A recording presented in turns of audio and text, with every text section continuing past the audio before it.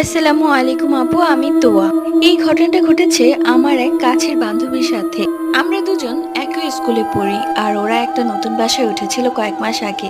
বাসাটা দেখতে ভালোই ছিল, কিন্তু ওর মা বলতো রাতের বেলা মাঝে মাঝে রান্নাঘর থেকে কেমন যেন অদ্ভুত শব্দ আসে।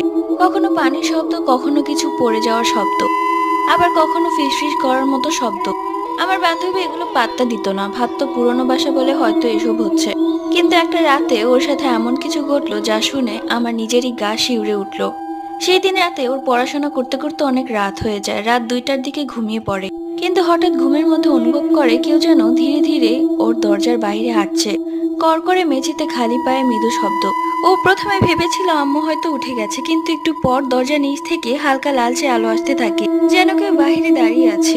ঠিক তখনই দরজার ফাঁক দিয়ে শুনতে পেল এক অদ্ভুত ফিস ফিস গলা। দরজা খুল, আমাকে একটু ঢুকতে দে। ওর শরীর